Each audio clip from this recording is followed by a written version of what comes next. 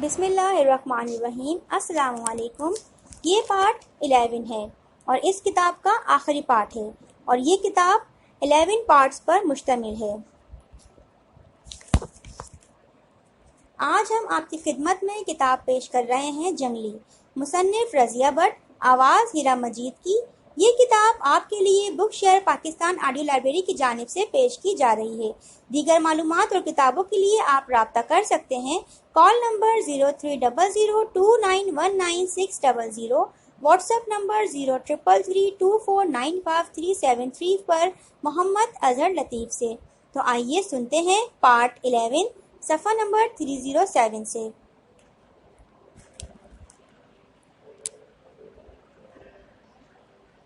اسے آنے والے پر غصہ آیا اور کہ یہ بے وقت کیوں آیا ایسا کر رہا ہے۔ کاش یہ سب کچھ چند دن بعد ہوتا، مگر جو ہونا تھا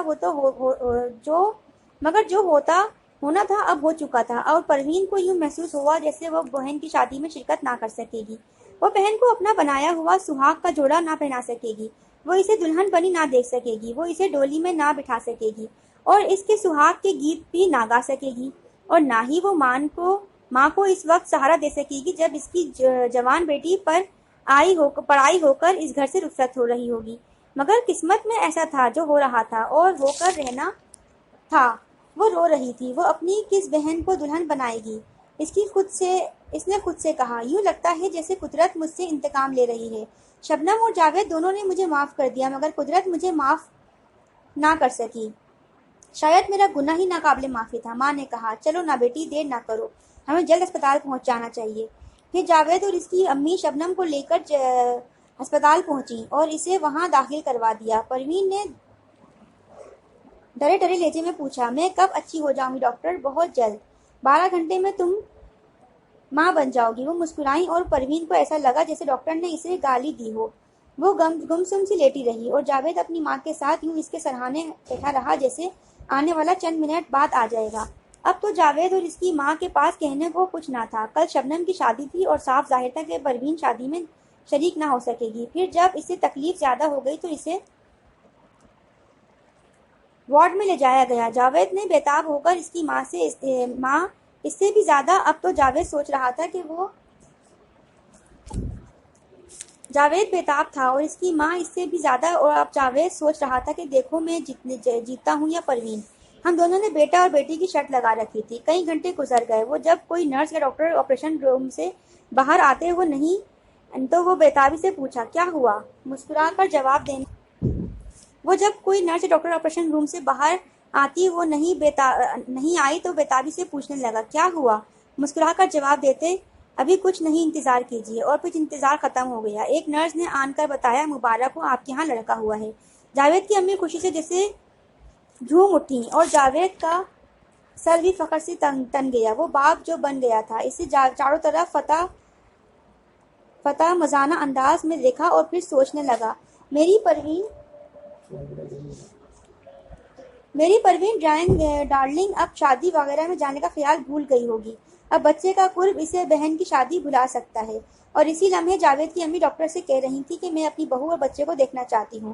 وہ کچھ دیر رکی اور پھر رک کر بولی، بچے کی پیدائش تو ٹھیک ہو گئی اور ماشاءاللہ بچہ بھی صحت مند اور تندرست ہے، مگر ماں کی حالت ٹھیک نہیں۔ کیا میری بچی؟ وہ ماں کے پاؤں تلے سے زمین نکل گئی اور جاوید کو جیسے ماحول گھومتا سا محسوس ہوا۔ ڈاکٹر نے بات کاٹ دی اور کہا، ہم انہیں بچانے کی سر توڑ کوشش کر رہے ہیں۔ ماں بیٹے پر جیسے سکتہ طاری ہو گیا۔ وہ خدا سے دعا مانگنے لگی۔ انہیں ایک پل جیسے صدیوں بھر بھاری محسوس ہو رہا تھا۔ پھر ڈاکٹر باہر آئی اور اس نے جاوید اور اس کی امی سے کہا، میں یہ افسوس سے خبر سناؤں گی کہ شاید وہ بچ نہ سکیں کیونکہ خون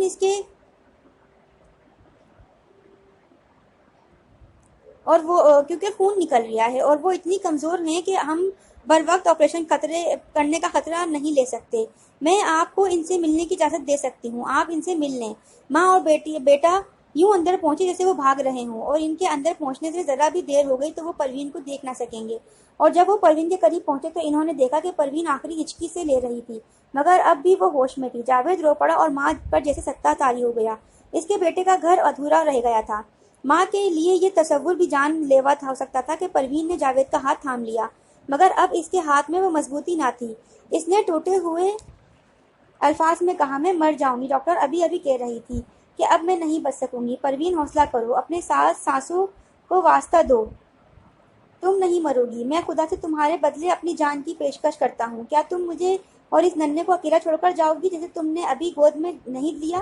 جاوید چیخ اٹھا۔ پروین نے کہا، کل میری بیبی شبنم کی شادی ہے نا، میں اب وہاں نہ جا سکوں گی، مگر میری روح وہاں جائے گی، ضرور جائے گی۔ میں اسے دلہن بنی ضرور دیکھوں گی، میری روح اس سے لپٹ کر ضرور روئے گی۔ مگر میری امی کا کیا ہوگا؟ جاوید، تم وہاں ضرور جانا، ضرور، یہ میری وصیت ہے، اور اسے میری طرف سے پیار ہی دینا، اور وہ جوڑا کپڑا بھی جو میں اس کے لیے بنوایا تھا، اسے بتا دینا کہ میں آخری سانس لیتے ہوئے بھی اس کا نام لے رہی تھی۔ وہ میری بیبی ہے نا، کاش میں اس کی خوشیاں دیکھ سکتی۔ بتاؤ نا، جاؤ گے؟ جاوید نے آنسو اور ہچکیوں کے درمیان کہا، ضرور جاؤں گا، اور تم بھی جاؤ گی، تم نہیں مرو گی۔ اب تو مرنے اور جینے کا درمیان کوئی فاصلہ نہیں ڈارلنگ جاوید۔ اس نے پہلے بار اتنے پیار سے جاوید کو پکارا تھا۔ کل تم مجھے دفن کر رہے ہوگے اور میرا بچہ جاوید، یہ بچہ شبنم کو دے سکو گے۔ چپ ہو جاؤ پروین، ورنہ میرا دماغ پھٹ جائے گا، وہ چیخا۔ وقت کم ہے جاوید، دو، وہ بولی، یہ بچہ اسے میری طرف سے تحفہ دے دینا۔ کہنا تیری باجی نے تیری شادی پہ نہ شرکت کی اور نہ کوئی تحفہ دے سکی۔ تم یہ تحفہ لے لو، یہ قیمتی تحفہ جسے میں نے اپنی زندگی دے کر خریدا ہے، ضرور اس کے کام آئے گا۔ یہ بچہ اسے ضرور دے دینا، اور ہاں، اسے بھی تو ماں چاہیے، اور میری بیبی اس کی ماں بننے میں بھی کوئی ہچکچاہٹ محسوس نہ کرے گی، جاوید، اگر تم شادی سے پہلے وہاں چلے جاؤ اور اسے میرا یہ پیغام دے دو کہ میں مر گئی، اس سے التجا کرتی ہو کہ وہ اب وہاں شادی نہ کرے جہاں اس کی بارات سج رہی ہوگی، میں اسے اس کا پیار واپس کرتی ہوں، وہ تم سے شادی کر لے گی۔ وہ بڑی ضدی اور پرعزم ہے، وہ دنیا سے بغاوت کرے گی میری خاطر۔ پروین اس کے بعد کچھ نہ بول سکی اور اس نے دم توڑ دیا۔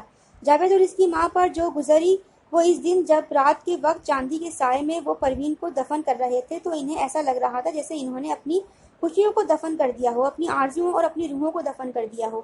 اب ان کے پاس پروین کی نشانی ایک خوبصورت گول مٹول اور صحت مند بچہ جیسے وہ سینے سے چمٹائے ہوئے تھے۔ ماں اسے خود سے الگ نہ کر رہی تھی اور اتنا ہی رو رہی تھی جتنا وہ رو سکتی تھی۔ جب ماں نے پروین کی موت کی خبر اس کی ماں اور بہن کو دینے کا کہا تو جاوید نے ایسا کرنے سے انکار کر دیا۔ وہ سب اس گھر میں ایک نیا جنازہ اٹھانے کو تیار نہ تھا۔ وہ جانتا تھا کہ پروین کی ماں یہ اچانک صدمہ برداشت نہ کر سکے گی، اور پھر صبح ہی اس نے ماں سے کہا، ماں، میں پروین کی وصیت کے مطابق شادی میں شرکت کے لیے جا رہا ہوں۔ میں شبنم کو یہ بچہ پروین کی طرف سے تحفہ دے دوں گا۔ ماں کے بس میں نہ تھا کہ وہ اسے روک سکے۔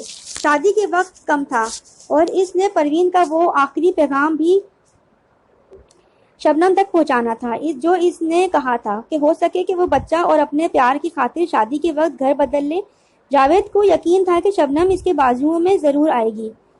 وہ بینک کی گاڑی میں اپنے ماں اور بچے کے ساتھ بڑی سپیڈ جا رہا تھا، مگر ہر لمحہ ہر پل امیدوں کو کم سے کم ہو رہا تھا۔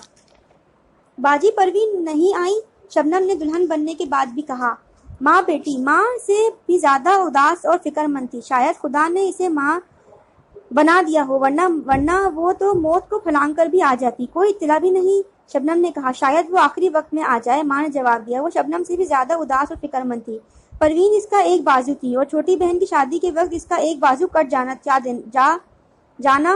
دنیا کا سب سے بڑا دکھ ہو سکتا تھا۔ پھر بارات آ گئی، تمام رسومات ادا کی گئیں، اور شبنم کے خالو ہر کام خود کر رہے تھے، یوں جیسے ان کی اپنی بیٹی کی شادی ہو۔ مگر شہنائیوں کی اس آواز میں بھی شبنم کو دلچسپی نہ تھی۔ وہ تو پروین کی آواز سننے کے لیے بےتاب تھی، شبنم بیبی، مگر نہ جانے یہ آواز ایسے موقع پر کیوں فضاؤں میں بکھر گئی تھی۔ بارات کو آئے 2 گھنٹے بیت گئے تھے، اور جب دلہا کی ماں اور باپ نے نکاح کا مطالبہ کیا تو مجبوراً ماں کو اجازت دینا پڑی۔